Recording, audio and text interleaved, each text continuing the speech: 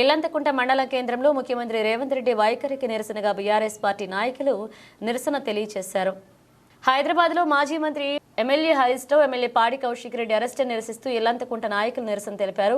సందర్భంగా పలువురు మాట్లాడుతూ ప్రస్తుతం అధికారంలో ఉన్న కాంగ్రెస్ పార్టీ నాయకుల సూచన మేరకు పోలీసు అధికారులు తన ఫోన్ ట్యాపింగ్ చేస్తున్నారంటూ ఫిర్యాదు చేయడానికి వచ్చిన ఎమ్మెల్యే పాడి కౌశిక్ రెడ్డిపై ప్రవర్తించిన తీరు సరిగా లేకపోవడంతో ప్రశ్నించినందుకు గాను తనపై అక్రమ కేసు పెట్టి ఇంటిలోకి చొరబడి దౌర్జన్యంగా అరెస్ట్ చేయడం ఎంతవరకు సమంజసమన్నారు.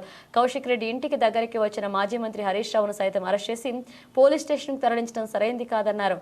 ముఖ్యమంత్రి రేవంత్ రెడ్డి చిత్రపటాన్ని దగ్నం చేసే క్రమంలో పోలీసుల నాయకులను అడ్డుకున్నారు. కాంగ్రెస్ పార్టీ నాయకులను గ్రామాలలో తిరగనీయకుండా చేస్తామన్నారు.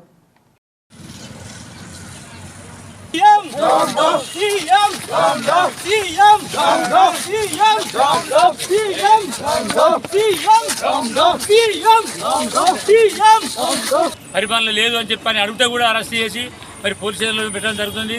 తారతమ్యం లేకుండా, చిన్న పెద్ద లేకుండా మాజీ మంత్రులను, ఎమ్మెల్యేలను తీసుకెళ్లి బలవంతా తీసుకుపోయి ఈరోజు పోలీస్ స్టేషన్లో కూర్చోడం జరిగింది.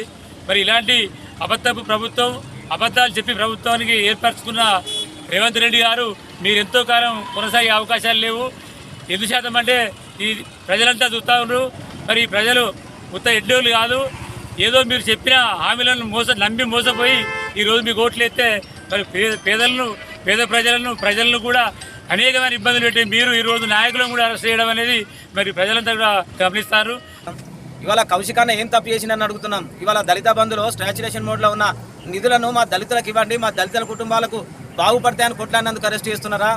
లేకపోతే మా ఫోన్ ట్యాపింగ్ చేస్తున్నాయి, మమ్మల్ని ఎక్కడికి పోతే అక్కడ మా పోలీస్ జులుం చేపించి మమ్మల్ని భయభ్రాంతులకు గురి చేస్తున్నారు.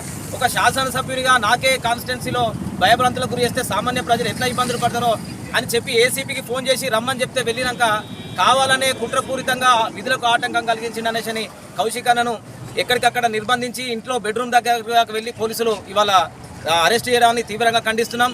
ఈ రేవంత్ రెడ్డి సర్కారు, ఈ కాంగ్రెస్ పాలన ఇది ఇందిరమ్మ సర్కార్ అంటే ఎమర్జెన్సీ సర్కార్ అనే విషయం ప్రజలకు చాలా తొందరలోనే తెలియజేసినావు. ఇవాళ నువ్వు ప్రజలకు చేస్తా అన్న పనులలో ఏ ఒక్కటి కూడా ఇంప్లిమెంట్ లేకుండా అబద్ధాల మీద, అసత్యాల మీద గోడలు పునాదులు చేసుకొని నీ ప్రభుత్వాన్ని నడిపిస్తున్నావు. గ్యారంటీలు అనే పేరుతోటి ప్రజలను మోసం చేసి గద్దెనెక్కి ఇవాళ ఈ ఎమ్మెల్యేలను కూడా అరెస్ట్ చేసే పరిస్థితికి వచ్చింది.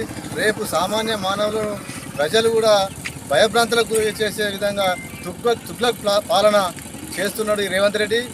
రాబోయే కాలంలో ఈ టీఆర్ఎస్ కార్యకర్తలు అందరం వచ్చి ఒక సైనికుల లెక్క పనిచేసి ఎక్కడికక్కడ ఎక్కడ రేవంత్ రెడ్డి మీటింగ్ పెట్టినా ఆపడానికి సిద్ధంగా ఉన్నామని మేము హెచ్చరిస్తున్నాం. పోలీస్ స్టేషన్ పోయి ఫిర్యాదు చేస్తుంటే ఫిర్యాదు తీసుకోవాలి, దాని మీద నిజ నిర్ధారణ చేసుకోకుండా అక్రమంగా అరెస్ట్ చేయడం జరిగింది. ఫోన్ ట్యాపింగ్ అయిందని అడిగిండు. దాని కొరకు వాళ్ళు అక్రమ అరెస్ట్ చేయడం అది మంచి పద్ధతి కాదు. ఈ కాంగ్రెస్ గవర్నమెంట్లో, ప్రభుత్వంలో ఏమన్నారు, ప్రజాపాలన అన్నారు. ప్రజాపాలన అవుతుందా? ఒక అసెంబ్లీకి పోయిన ఎమ్మెల్యే గారిని అరెస్ట్ చేస్తే సామాన్య ప్రజలు పోలీస్ స్టేషన్ పోయి అడగడం జరుగుతుందా? ఇది కరెక్ట్ కాదు. దీన్ని మేము మా ఇల్లంతకుంట మండల అందరు నాయకులు దీన్ని ఖండించడం జరుగుతుంది. కౌశిక్ రెడ్డి గారిని చేసిన అక్రమ అరెస్టును ఖండిస్తున్నాం. ప్రజలంతా దీన్ని గమనించాలి.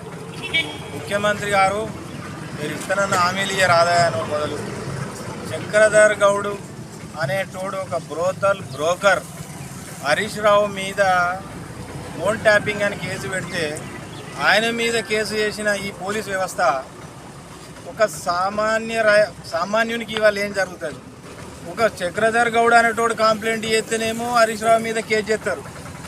పబ్లిక్ రిప్రజెంటేటివ్, పబ్లిక్ నుంచి ఎలక్ట్ అయినటువంటి ఎమ్మెల్యే ఒక శాసనసభ్యుడు పోయి మా ఫోన్లు కూడా ట్యాపింగ్ అవుతున్నాయి, ముఖ్యమంత్రి గారే చేస్తారు రేవంత్ రెడ్డి మీద కేసు చేయమని అడగడం తప్ప.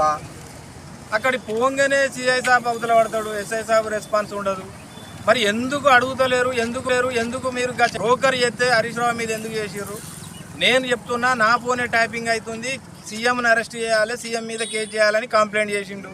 పోలీసు మీరు కంప్లైంట్ చేయండి, మీరు కోర్టుకు పంపండి, కోర్టు నిర్ధారణ చేస్తుంది రైటా తప్ప అనేది చెప్పేది కోర్టు. పోలీస్ వ్యవస్థ మీ కంప్లైంట్నే స్వీకరించకపోతే ఎందుకు తీసుకుంటలేవు అనగడం ఆటంకం చేసి